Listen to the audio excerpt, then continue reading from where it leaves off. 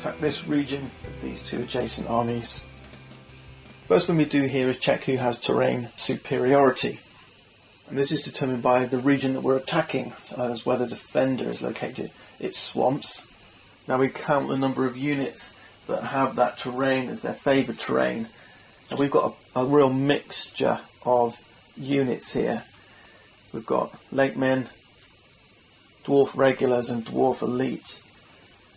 The lake men prefer ruins and the dwarf regulars prefer mountains, the veterans mountains and ruins. So there's no supremacy there, there's no superiority there. Their score is 0 for this army. For Shadow we've got orcs, great orcs and a warg. Orcs prefer swamps, great orcs prefer nothing, there's no terrain, and wargs prefer the plain. So we've got just the orcs, there's 3 orcs here. The Shadow player has terrain superiority. What does that give you? Well, it gives you an event card. You immediately draw an event card and you add it to your hand, and that could be significant because event cards give you abilities that you can use in combat. If you've got more than 6 cards, you immediately discard. They haven't, they've got 6 now. In the event of a tie, nobody draws. But first we have to create our combat hand. We take only the event cards, set aside any story cards. We add the unit cards of any units involved. So we've got orcs, wargs and great orcs. And the reason why we're doing this is because we can potentially use their maneuver abilities during combat. The other thing Shadow can do, because they have the great bats here in the valley territory, is we can use the vampire-like maneuver. Great Bat says, add the vampire-like maneuver card in your hand if 1 or more great bats are present in the territory where the combat takes place. So vampire-like is going in there as well. And finally, every player has a regroup card, so we'll place that in our combat hand too. So you can see that we've got quite a big card hand for the Shadow. Free People's going to do the same, so we'll just set that one aside for now. We add in their regroup, and then for each type of unit. So we have dwarf veterans, dwarf regulars and lake men. There's also a special manoeuvre card for Thorin Oakenshield, but he's not in play yet, so we can't use that just yet. But we're close. Thorin's here, he's at spot 6 on the fate track. Combat now begins, and it consists of 5 steps. Step 1 is called manoeuvring, and that's when we choose a manoeuvre card from our hand. We can use any one of these cards. We keep it secret, and then we'll both reveal simultaneously. And I think we'll use Vampire-like for the Shadow. And the Free Peoples, in a hope to do something decent, is going to use Troop Leader's Battle Fury. This allows us to add 1 to all dice on our combat roll. I'll explain that to you as we play. So both players then reveal, and they'll be face down, and notice that the card packs are the same, so you don't get a clue as to what the other player is playing. Free People's player is going to go first. Remember, we're using a combined attack. Now, although we're using a combined attack, they can't both attack at the same time before this round of combat, because there could potentially be multiple rounds, so these guys are helping each other. We've got to decide which one of our 2 armies is going to be the chosen aggressor for this round. Now that's important, because what it does mean is if we'd chosen this army here, then we couldn't use the dwarfed manoeuvre abilities, right? But we've got everyone here. Step 2 now is calculating the combat strength and doing the combat rolls. Now the combat strength of your army is dictated by the army units, not the characters. So for the Free Peoples, we have 1 Lakeman, and he has a combat strength of 1, it's on his card. The Dwarf Regular has a combat strength of 1, we have 1 here. And then the Dwarf Veterans have a combat strength of 2. So our total combat strength is 1, 2, 3, 4. That means we roll 4 dice. the combat strength of the Shadow player is going to be 2 for the Great Orc, and then 1 for each of the Orcs and the Wargs. So they've got a combat strength of 6. However, you can only roll a maximum of 5 dice, so they're going to have the maximum of 5. But let's do Free Peoples first. So we take their 4 dice, and let's roll. Now we're looking for 5s or 6. This is our target number. Normally, the target number is 5. You have to match or exceed it. But certain things like fortifications or slopes, they can modify that. But we'll address that if and when we come to it. Alright, we got 3 hits on our combat roll. But remember, we also had our troop leader, which had Battle Fury. Add 1 to all dice on our combat roll, which means effectively we had 3 6s and a 2. 2's a miss, but it's not over yet. We can do something with that because we have a leader in here. We have Dine, and Dine comes with a leadership of 2. So what we do now is we can do what's called the leader reroll. With a leadership of 2, we can reroll up to 2 dice which missed. We've only got 1 miss, so we can reroll this one. We don't get the bonus this time because this isn't a combat roll, so Battle Fury doesn't apply. This is called the leader reroll. And we got a 6. Wonderful. That's 4 hits. That's 4 damage to the Shadow player. Pretty good result. Now it's Shadow player's turn to hit back at us. Remember, they're using Vampire-like. They've got the maximum 5 dice. And again, they're looking for 5s or 6s, and they're attacking this dwarf army here. And we got 2 hits. They have 1 leadership from the leadership token, so they get to do 1 leader reroll. Remember, 5s or 6 again. And no, it's a miss. So that's 2 damage on the Free People's army. We do have Vampire-like though. Remember, this says if we do at least 1 damage, then we can remove a Great Bat from the territory to do an additional damage. For a total of 3 damage. Next thing we do is take casualties. Now we don't have to take casualties unless the number of damage tokens exceed the number of units in our army. So we've got 3 units, 3 damage here, 5 units, 4 damage here. So we're okay for the minute. We can take down those damage counters if we wish. If we wanted to, the Shadow army could take 1 casualty, and for every casualty remove 2 damage. But obviously that means we're going to roll less dice potentially. Step 5, the final step in a combat round, is the end of round. Unless one of the armies has been completely eliminated, now the attacker must decide whether they want to continue attack, press the attack, or withdraw. Well, let's say, the Free Peoples, they want to continue. We're going to keep going. Now the defending player, Shadow, can choose to rout. If they rout, they retreat to an adjacent region, but they have to reduce the damage to 0. They have to take casualties. Alright, that's the penalty for routing. Let's decide. These are battle-hungry orcs we're dealing with here. They're going to happily carry on. So, let's press the attack 1 more time. First off, event cards discarded from play. We can only use them once. Vampire-like is a persistent effect, so that can stay. That can go back to their hand. In fact, they may just keep that in play.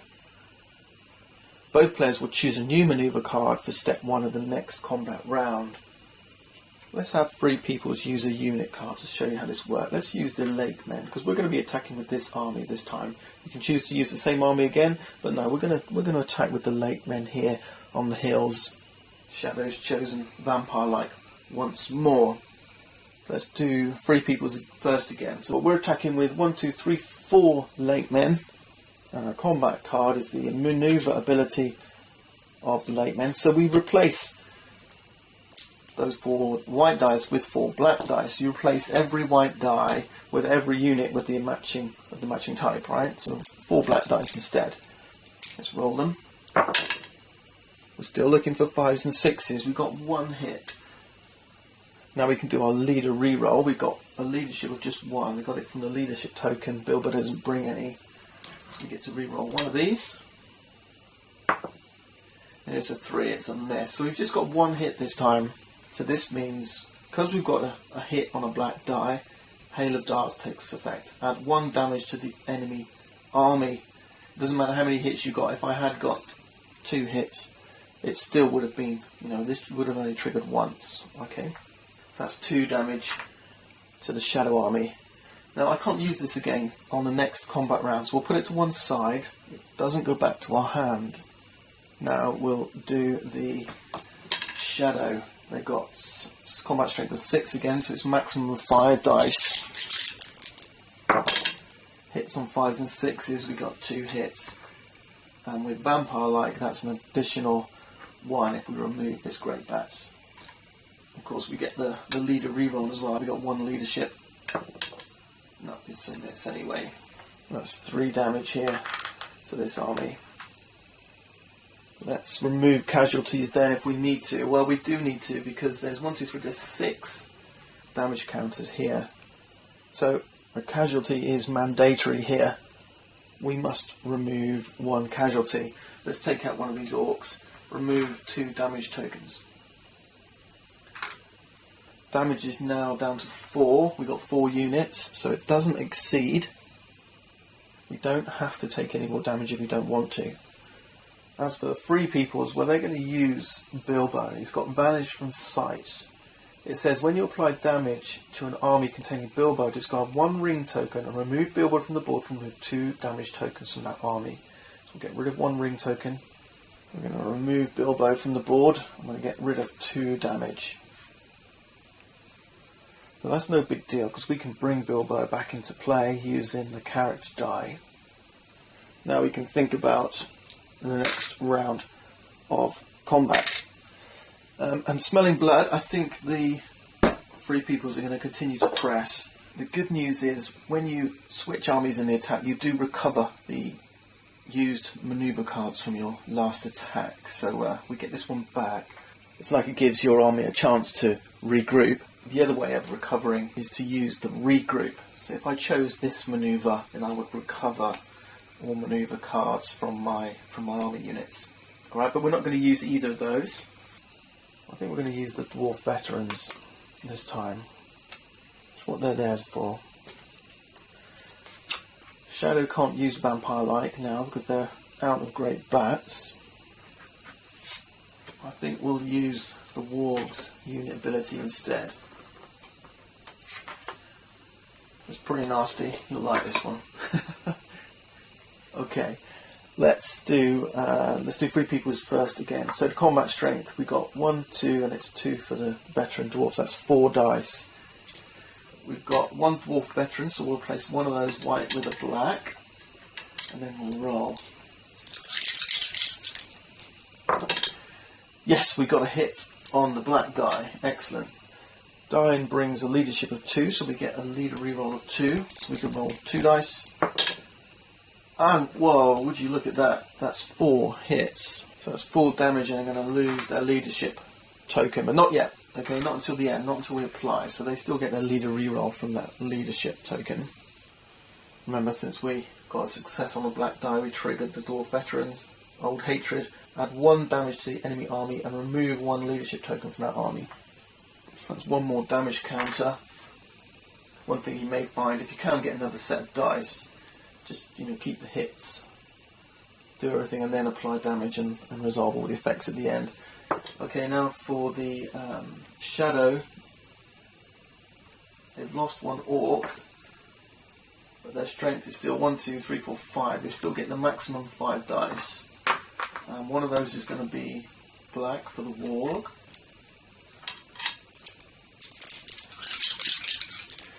Fives and 6s. Oh, nasty. Okay, we got a hit on the black die, plus 2 more hits. We got 1 leadership, we get to re-roll 1 of these. And that's a miss. Okay, let's see what the wargs do.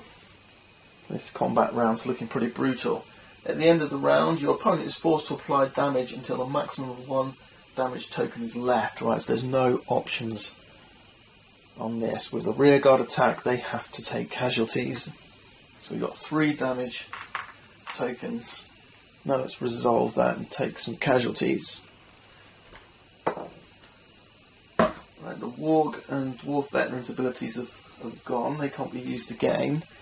The leadership token here disappears. The Wargs have forced us to take casualties here, so we'll take out 1. Let's take out a Legman.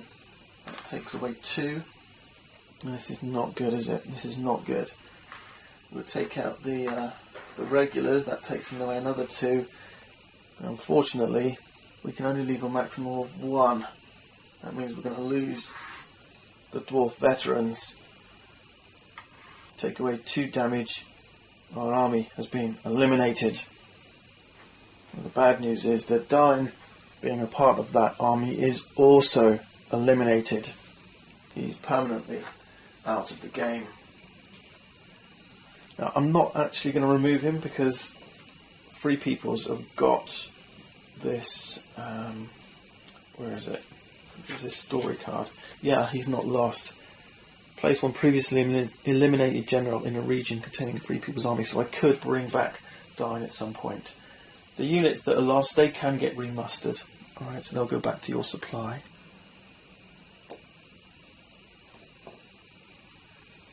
Now, shadow casualties. Well, we've got a ton here. We've got 2, 4, 6, 8, 9. So we'll take out an Orc.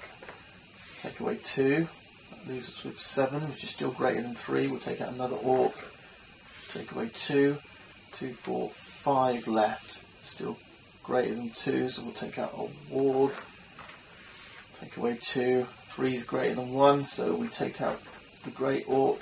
2. That army has also been eliminated. Now, being victorious in the attack, or we lost our army down here, but it doesn't matter, our combined attack was still victorious. The attacking army can advance and take the ground from which the defender was eliminated, but no, we're not going to. We're going to stay here on these hills. So all in all, the Dwarf army has done its job. The combat ends, but at a great cost. We'll go back to the Shadow player. Let's see. These go back. These unit cards are no longer in our hand. These do remain. Alright, let's see what we can do. Well, we're definitely going to play our Lidless Eye now. And get 2 more goblins on the board, and this one's now reached the threshold of 5. Now the eastern mountain pass is open. The sound of the goblin army can be heard echoing through the mountain pass. We can't move those in yet until we use an action die to move the army, and when we move the army, they'll move in here, and then they can move again onto the board. Things are worse than they appear here because I mistakenly put 2 Dwarf Veterans here during setup. There should only be 1. We have 1 die left, so we'll spend this one to take the recruitment action and flip a recruitment token in 2 regions. Let's flip 1 here and 1 here. These 2 orcs. Not so good. That ends the round. Leadership tokens come off, and you'll have to wait till next time to see how things continue.